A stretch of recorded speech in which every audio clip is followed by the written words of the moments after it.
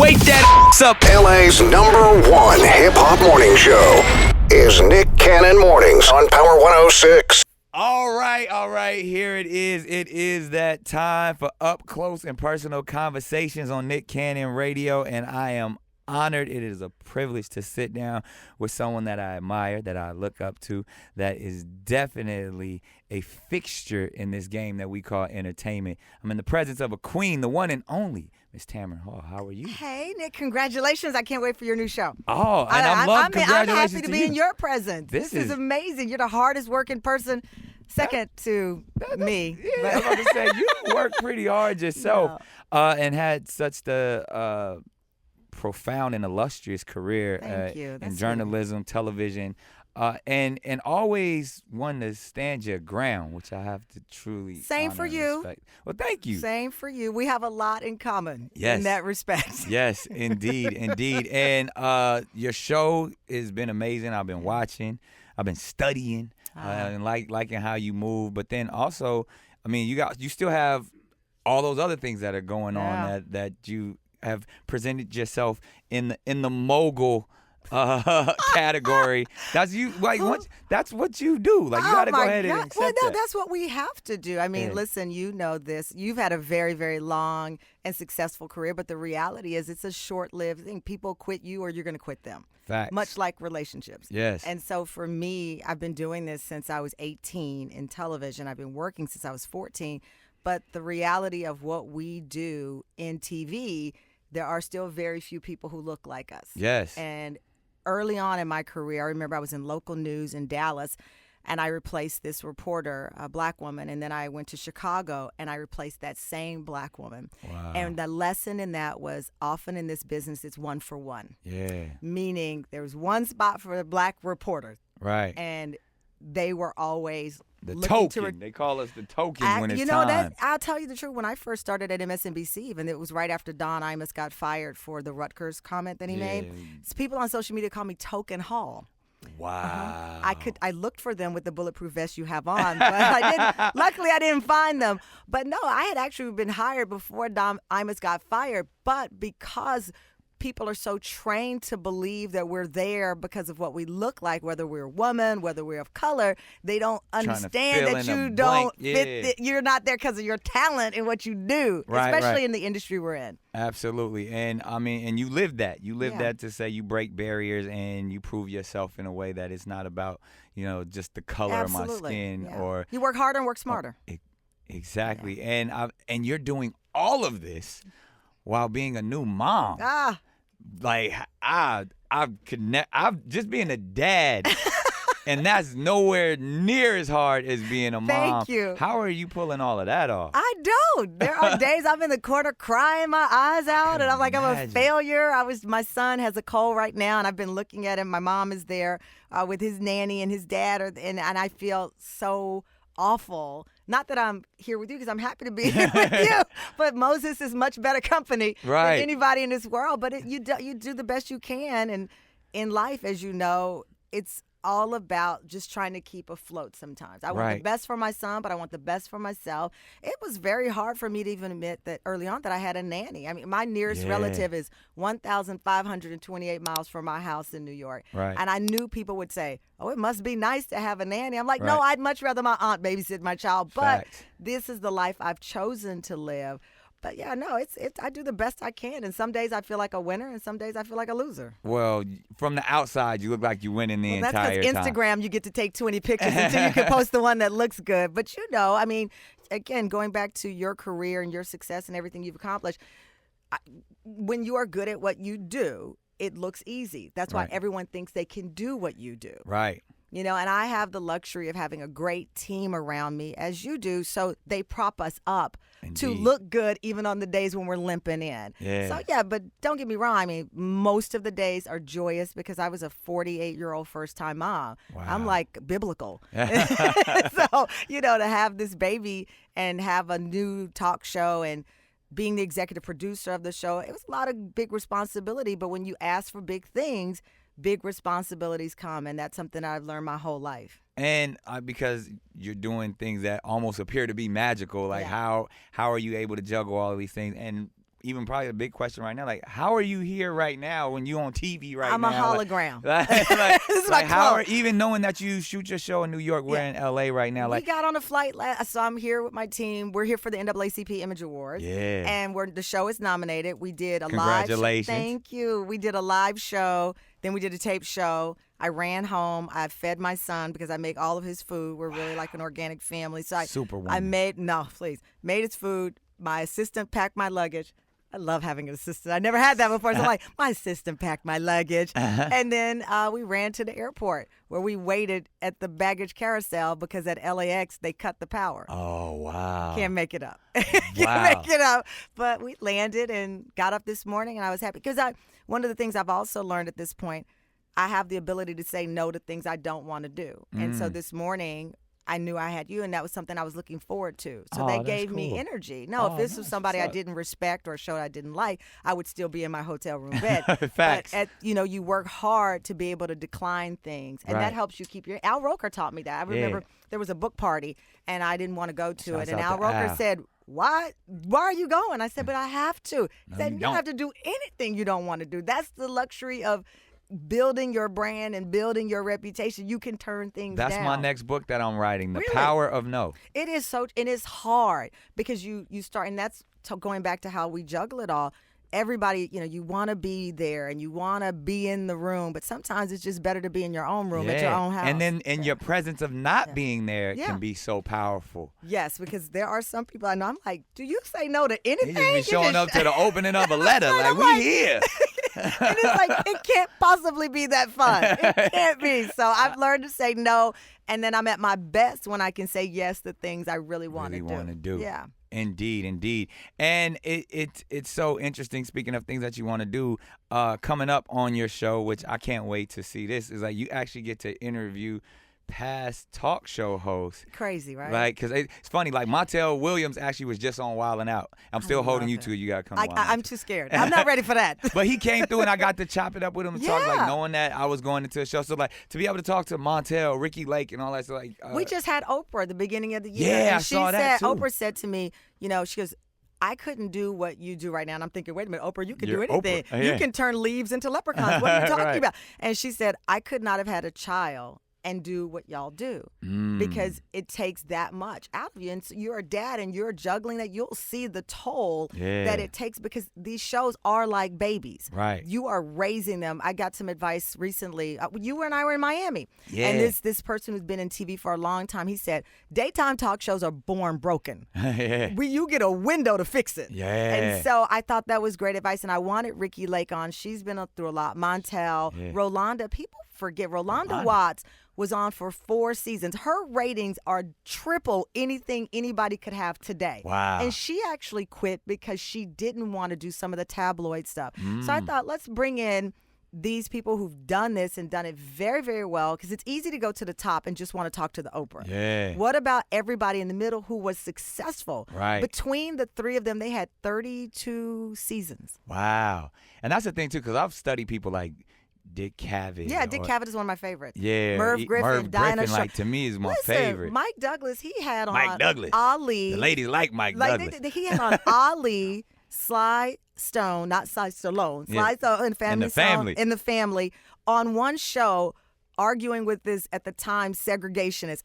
People don't do TV like that anymore, where you would have a Muhammad Ali and Sly on the same show. Just talking, because we're all so guarded now. And the thing that you'll be able to do, and I hope that I'm doing on my show every day, is to give people a safe space. I want you to come on and talk about something. Facts. I don't want you to come on and plug your movie or your streaming thing. I want to know who you are, because just like with you, people know you now, but what are the pages that it took to become Nick Cannon? Right. What is that? Because we want to go to the end of the story, but it takes a lot to get to where you are, and people still want to know that. It's like, okay, Dwayne "The Rock" Johnson, but what did it take to get to be this guy? And that's what our show is about. I know that's what you bring out in people. And that's what I love about your show that I've seen thus far, from when you had the conversations about, hair, or even when, you get caught up in your own so-called controversy, and they want to talk about Tamron yelling and all this stuff, and be like, yo, if a male was talking to their staff or something, that wouldn't be news. And then that was right along with what Gabby was going through. Doing, which was I was like, yo, crazy. that's so powerful. I actually was talking to somebody in New York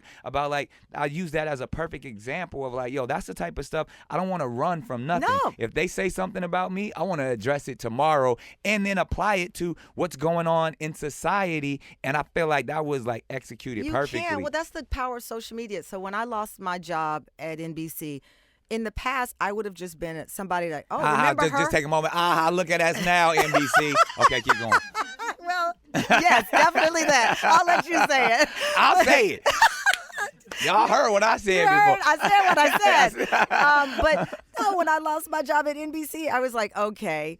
Back in the day, I would have just been an anchor that disappeared out. You would see me at the mall and be like, oh, remember her? Right. But you have the power of social media. You have the power of your voice to fight back when people say things that are simply not true. And what happened with Gabby Union, who's a friend of mine, I know a friend of yours. Mine as well. You know, the story came out, and suddenly you start hearing these sources say she's difficult. Right. And you're like, well, first of all, who are the sources? Yeah. And if you believe it, then say it. Right. And then it turns into a caricature of a woman, a caricature of a black woman, because she must be angry, she must be difficult. Right. Meanwhile, when a man does it, he's a go-getter. He wants what's best.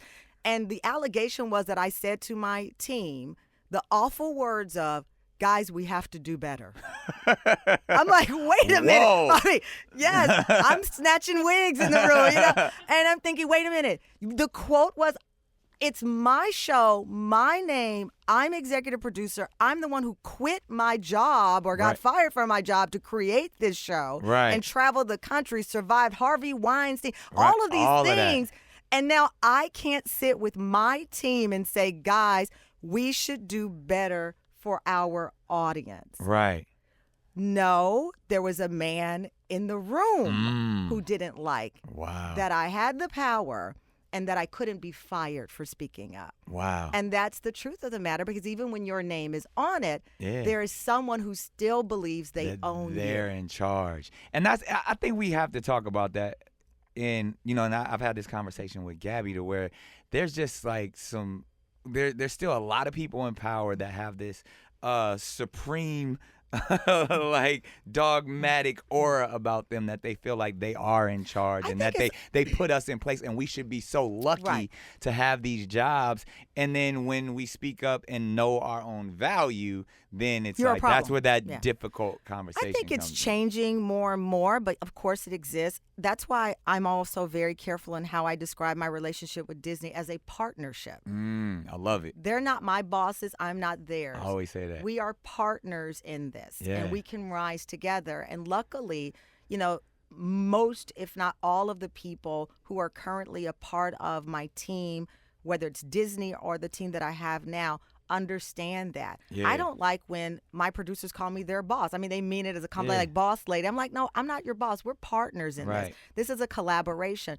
But I do think that when you are a woman, when you're a person of color, you go into some of the rooms that traditionally we've not been in, and you say, wait a minute, I'm going to speak up for myself. There are people in some of those rooms who've never seen that. They might see Nick Cannon on TV, but to be in a room with Nick Cannon, and he's smart and he knows how to produce and he knows his value and he's speaking up, that can be jarring. And so what I did in the moment that someone attempted a hit piece on me in the Daily Mail that said I was difficult, I was like, okay, well, we're going to put this on social media and let's unpack this. How ironic is it that 3 days after I said that this is what people do to women, you attempt to do it? And that spoke to the hubris. But that spoke to the hubris. It's like, I don't care she said it on TV.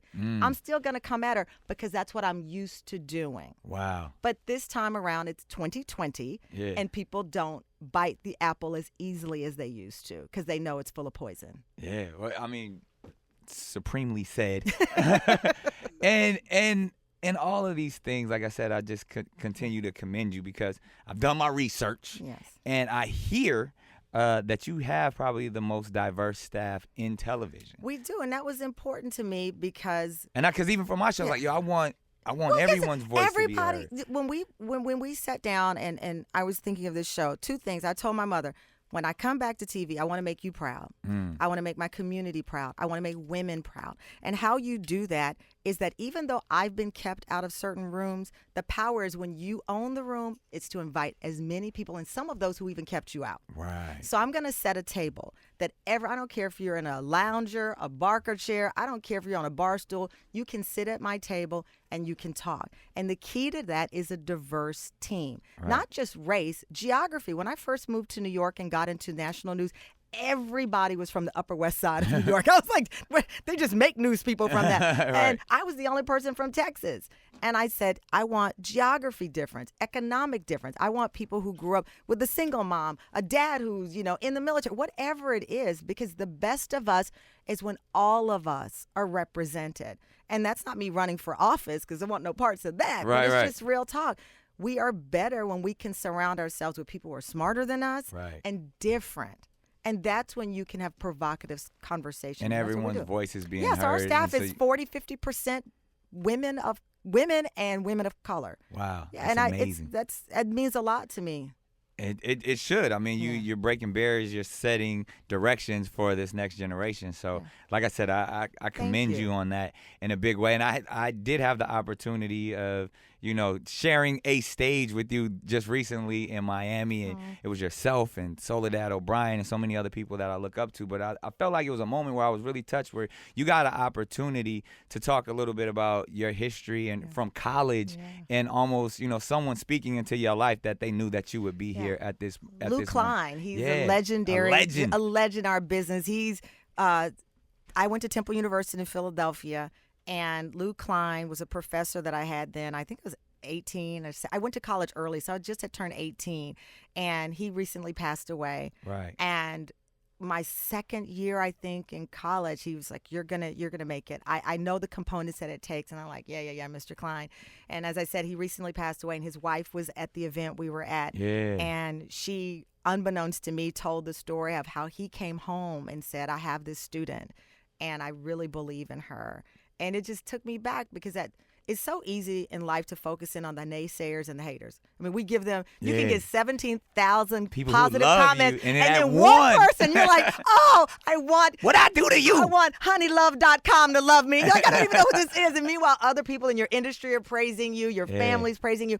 And so it's so easy to get distracted by the naysayers, but when you are reminded that someone like a Lou Klein, this legend in this business, saw this 18-year-old who, nothing in common with him. I'm a black Southern girl from Texas. He's from the Northeast, Jewish.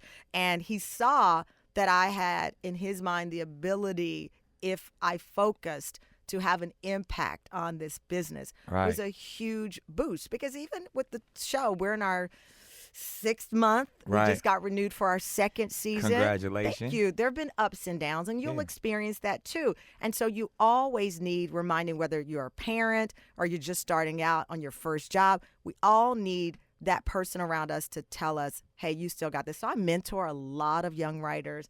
We communicate via text message, or I'll give them a call, or I'll do a video and say, keep going, because no matter where you are on this journey, you want somebody to root for you. Yeah. Because if you're a good person, you'll root for others. Absolutely. And that's actually what I was kind of leading to, like knowing that you had people believe in you early on, or even like to have made it here. Was that the vision? Was that the goal? Like what? No. Like, I don't even know anymore. You know what? For me, I thought, okay, I'll be a local news anchor in a major city, and I'll be a journalist. I thought I wanted to be a writer initially. I love to talk clearly like you. We love to communicate. You're very curious like me. I'm a Virgo. I'm curious about everything. I can go down a rabbit hole. So my mother said I should have been a lawyer, because I can just chase down a rabbit hole.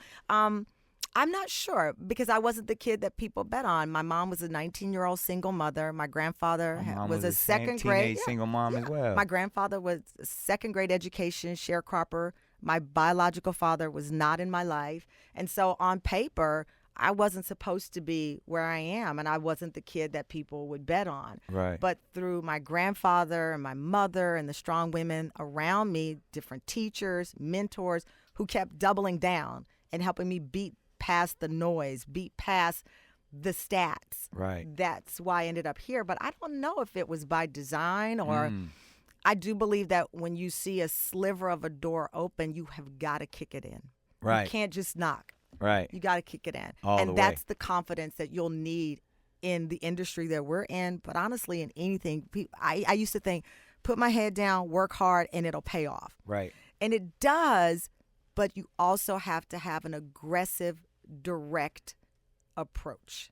I definitely would have to agree with that. And we see that in everything that you've built, all the way to like the way you carry yourself. One thing I can always say from the years that I've known you to even when you see it every day on your show, you stay fly. Oh my! From the flyest, man. You should have seen what Nick. I'm not flying right now. I'm in a bulletproof vest and some sweats and some flip flops. You're not in just some. He's in Louis Vuitton, neon orange. I love that. I'm in these old things. I'm just in flip flops, sir. You're in Louis Vuitton. I didn't even know they sold Louis Vuitton flip flops. Give me a break. But no, and I've had this conversation too, to your high regard of like, to where knowing we are people who care for fashion, but it's also one level to where we're representing us. Yes. So we want to look good and we want to be aspirational in a way where it's like it's still relatable, but it's in a way we're like, yo, Tamron, stay fly. When I turn that TV on, I'm proud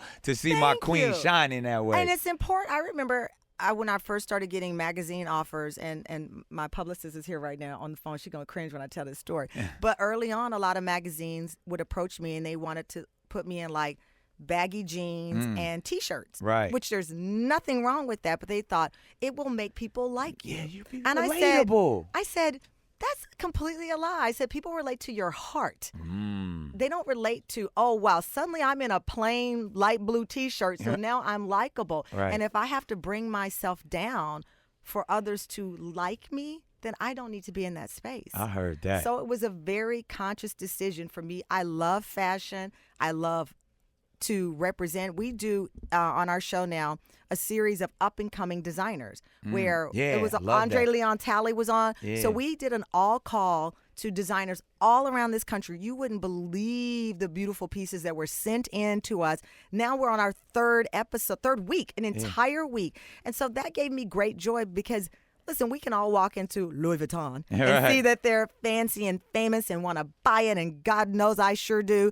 But there's nothing more incredible than wearing somebody's design who was waiting for their shot. And you get a chance through the power of our platform, walk out in this creation where we had one designer, she's a mom of two in her late 30s, never thought anybody would see her stuff. She made the most beautiful two-piece suit. I wore it. It sold out the next day. Wow. And so that's the power of this platform, from something like fashion to having fun to a real conversation. But no, I refuse to bring myself down so that some publicist or some person can feel better about what I'm presenting. And not that my publicist wants to do that. 'Cause they were like, rock it, Tamron. Wear what you want to wear. My mother's like, you don't wear short skirts enough. That's why I have on one now. I mean, no, because it's aspirational. You know, you and I are from single parent backgrounds. I was a TV junkie as a kid. I watched I was a latchkey kid. I would come home. TV raised us. Great. TV raised us. I would get my Captain Crunch, pour it, sit there and watch TV all day long. Until Mama got home from work. And pretended I'd done my homework.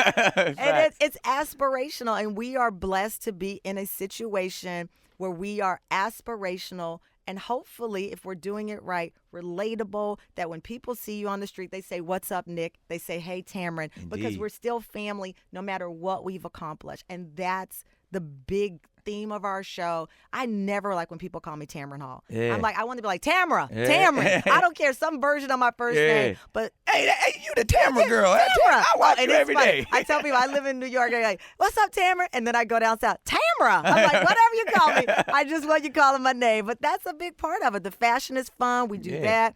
And it's just about being as real as possible. Because if you're going to work this hard, and you have to be phony, what have you gained? You're so right. And speaking of fashion and being real, I love that you do interviews with no notes. It's impressive. Thank you. That's impressive.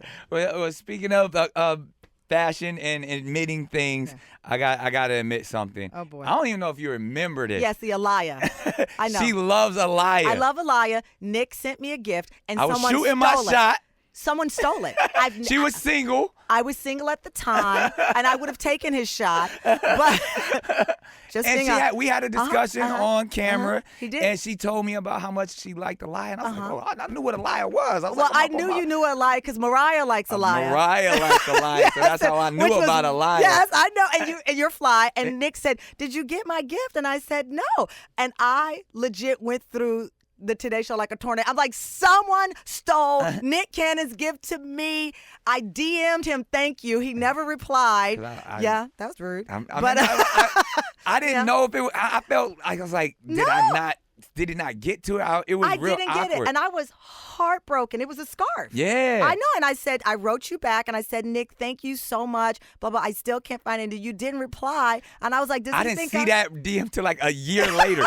I don't check my DMs either. And I was like, it's too late. No, I did. And it was crazy. I was so mad because you were on promoting the show with your assistant. Yeah. I'm a big fan. I was telling my team on the way over here just how much respect I have for you. You're a chameleon. I would love you on the show because I do think sometimes I'm like, there have been many times that I've watched and I'm like, who is Nick Cannon? Who is he? Who? And I don't, is that deliberate? Now I'm interviewing you. Is that deliberate?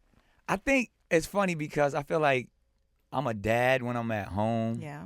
When I'm with my boys, I'm a certain way. So I think it's all the same person. It's just that whatever platform I'm on at that current time. But I try to find the authenticity within it. But I think one of my skill sets is to be able to adapt and to be able to talk to kids when I'm on Nickelodeon or wild out when I'm on MTV or, conduct myself in a certain way on The Masked Singer or AGT. So I think it's just being a well-rounded individual. That's why and you're being going to be able great at this new show. To communicate. Well, thank you. No, it is because you have to have that well-roundedness, and that comes from your ability to connect with people. Because I think a lot of people I'm fascinated by, and when I started the show, they would say, do you have a favorite celebrity that you want to interview? And I would say no, because I was a journalist for so long as a reporter in Chicago, as a reporter in Dallas. I tell people it's not a person, it's a feeling. And when you're in the presence of a real person that's really open to having a conversation, and you offer that feeling, even though I've watched you and I'm like, what is Nick Cannon's deal? Who is this guy? I always felt that given the opportunity to interview you, you're the type of guest who will answer as best you can in the most authentic spirit of whatever it is. Yeah. And I appreciate, I think people, and that's what's going to make your show so great. And that's what's made you so great so far. Thank you. Well, I will definitely, return the favor. You've come here to the Nick Cannon radio show. 6 hours after landing. Yeah, so. Neo was on our flight. He was stumbling off. I'm stumbling off. I'm like, where am I? Going to Nick Cannon show. Well, if you need me on your show, I would definitely be there. To be an honor and a pleasure. And then, congratulations on the renewal, the NAACP nomination, everything that you're doing. I know you're going to continue to keep rocking. I'm in your corner. Wherever you need, I'm there. Yay. But I say all of this to say because y'all still see the bulletproof vest. I know. I got to put you through the firing squad. Oh, God. We got is there some more? rapid fire questions, psychological questions, but fun questions at times. However you want to answer them. All right. This is what we usually put the gangster rappers through. Oh, but I got that then. But you got this. I got that. You're not worried about it. I lived in Philly, North Philly. I got that. There it is. So we always started off philosophy. We take it all the way back to Nico Machiavelli with his love and fear conversation. Okay. So we started off easy. Loved or feared, what would Miss Tamron Hall want to be remembered as? Or when she walks into a room, would she rather be loved or feared? Feared. Say it. Talk to him. Tell him why. Because it's not easy being a black woman in this business. My family loves me. If I'm walking in the office, I want you to fear me. Because where fear lies, so does respect and reverence and all of that. Absolutely. I have love. I have a mother and a husband and a child and friends when I'm about work. Because in the end, I think that people know that I want a level of care for the product that we're putting on for our audience, because we have the power to make or break somebody's day with the show that we put on. And so if you have to be scared of me to do it right, then you just got to be scared of me. I heard that fly noise. That's what I'm talking about. And speaking of fear, we go straight here. Tamron's greatest fear. My greatest fear is not being there for someone when they need it. Wow. That's really like that was deeper than most people go. People be like, I'm scared of spiders. No, because I went out in the wild with Bear Grylls. I've eaten the tarantula. I've danced with a 200-pound python wrapped around my body. You just took it deep. I'm feeling that. Because don't you want to be there? It's that. Not being able to be, especially with having children. Yeah, that is or a true friends. fear. When people have needed you, and somehow you can't be there. Yeah, and that's life. Yeah, that's life. You took it super deep. All right, since we right there in the deep space, best piece of advice you've ever received? Always bet on yourself. Worst piece of advice you've ever received? Ooh. Actually, you know what? All advice is good advice because most of the time it comes from a place of that person's journey. Somebody done told you. No. Somebody done made you. Hey, you should wear this dress. Oh, yes. Golden Globes. Johnny Wright did my hair like Leonard Nimoy, and he told me it was fly. And I swear to you, there was memes I was within the hour. trending all night long as Dr. Spock. And the only thing that saved that night, my love, Prince, called me and he said, "You're ahead of your time, and you look wonderful." Because we know Prince's hair was always off the chain. Always laid. So all of the haters that had me trending that night were usurped by a note from Prince who said, "I look beautiful." Take that, Johnny Wright. Looking like Leonard Nimoy, R.I.P. I love it. Now, okay, we lighten it up. Favorite movie of all time? Fame. The original Really? with Irene Cara. I was about to say. I'd never been to New York, and it was, again, being a TV kid, watching this city and these kids going for their dream. It was incredible. So and it was when HBO, that's how old I am. It was when HBO had just started. I remember and that. my aunt, May Kay, who lived in Kansas, had one channel. And I think I watched that movie all night long. I'm embarrassed to say it because I should probably give you something deeper. But I was a 10-year-old kid, and it was like, oh my God, this is New York. And you can that's amazing. pursue your dream. Guilty pleasure? I don't like the term guilty pleasure because it implies like I've done something wrong. But you know what I mean. It's something that we probably shouldn't be indulging in, but we love it. Oh, what is it? Burgers. I eat a burger every day. Really? Yeah, I hate Are you on the Impossible Burger now, or are you just straight meat? I've never met a cow I've not liked. I've never met a cow. I eat a burger. Every day? You don't look like it. Well, I mean, but that's, hey, you doing something, I can't right? believe I confessed that. Yes, I do. I eat a burger every day. That's beautiful. I'm not mad at you at all. Most prized possession. You're a healthy eater, and now I'm kind of though. See, cause every time I see you on social media, it's like Nick and his muscles, and but I eat so much candy. Like candy. I have candy jars everywhere. Candy doesn't count. See, I agree with you because we're high energy. Yeah. So we burn it. Yeah. The burger counts. All right. Most prized possession. My son. Yeah. Yeah. Children. Moses. Yeah. All right. You're on an island. Mm-hmm. You only can take 3 things. Now you could be stranded on this island or whatever, but you only can take 3 items. What are the 3 items you taking with you? My toothbrush. Well, can't nobody smell your breath. I can. All right. When it's been that long, you can. And your teeth get itchy, to get like a film on your teeth. You're right. All right. Toothbrush. Toothbrush. Drinking water. Right. But is that a or prized you could possession? you don't have to be, it's just whatever you want to take. Okay. You can take the whole filtration system if you want. Okay, so toothbrush, a filtration system, and a barbecue grill. Because I can grill my food. Oh, so okay. That's very well. It sounds like you're going to be on this island for a while. She didn't say boat. She didn't say phone. Well, I'm stuck. None of that stuff. She's like, I'm my toothbrush, and if I get on some the water, boat, and we going to grill some burgers. Well, if I get on the boat, where am I going? I don't have a GPS, right. map. I don't know. So I'm going to need food and water and toothbrush. There it is. I understand. Now, however you want to answer this, favorite curse word. Everybody answers it. Fuck. Well, yeah, that's what I'm talking about. Mine is motherfucker. I got to put a mother in front of it. Like, just to let you know I really mean it. No, I say it every other. No, I definitely say it a lot. Absolutely. All right, now, one album that you can listen to for the rest of your life. You can't listen to nothing else, just this album. What is that album? Diamonds and Pearls. Prince. Mm-hmm. That's an amazing album. Yeah, it is. All right, so top 5 people that have inspired you throughout your life. My mother, my father, my 9th grade English teacher, because she introduced me to British literature. Wow. What's her name?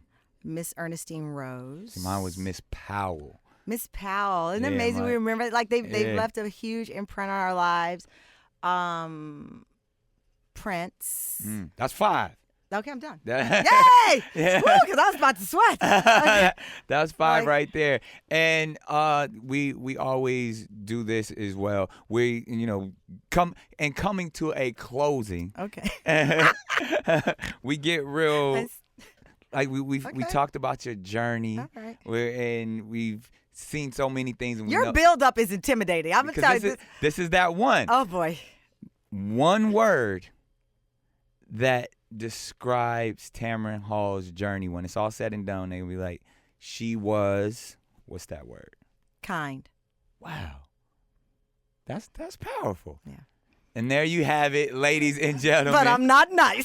Not nice. Kind, but not nice. Kind, but I'm not nice. I like that. It's an ongoing joke. Let me just unpack this so people think about Oprah at her forum. She says, I am generous, I am kind, but I am not nice. She said, Gail is nice. Gail will get the lottery ticket for the Uber driver and pull over. She's like, I told my team that day, I felt liberated. I feel free. I am not nice. I am kind. I will pay your bills. I will do it. You in the hospital. I'm the get out of jail Kind, but free not card. nice. I will give every dollar away that I have, but I'm not always nice about it. I love it. You actually bring up a good point too. Is okay because you talk about hanging with Oprah and all those. Is there any one moment, any fan moment? Like everybody has a fan moment. The first time you met somebody, where you're like, oh my God, I'm like fangirling over this person.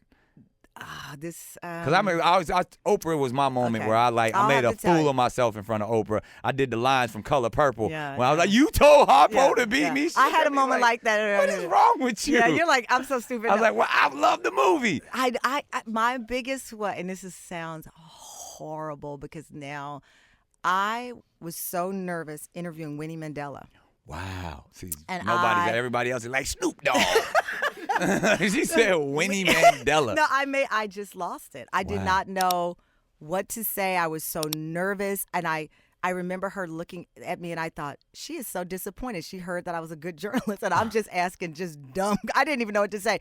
And then afterwards she hugged me and there was a moment and I just started crying. Oh, I just wow. lost it. I was like, forget journalism, it's Winnie Mandela. Right. And it was beyond fangirl. It's our history. It's our legacy. It's who we are. And, again, as a woman, obviously Nelson Mandela's story we know, but without Winnie, there was no Nelson. Indeed. And so that was my moment. But in meeting you, you're right up there with Winnie I was Mandela. about to say, because I'm going to need that hug and tears when we leave here because I hope I interview her well. But this has been an amazing conversation. Thank you.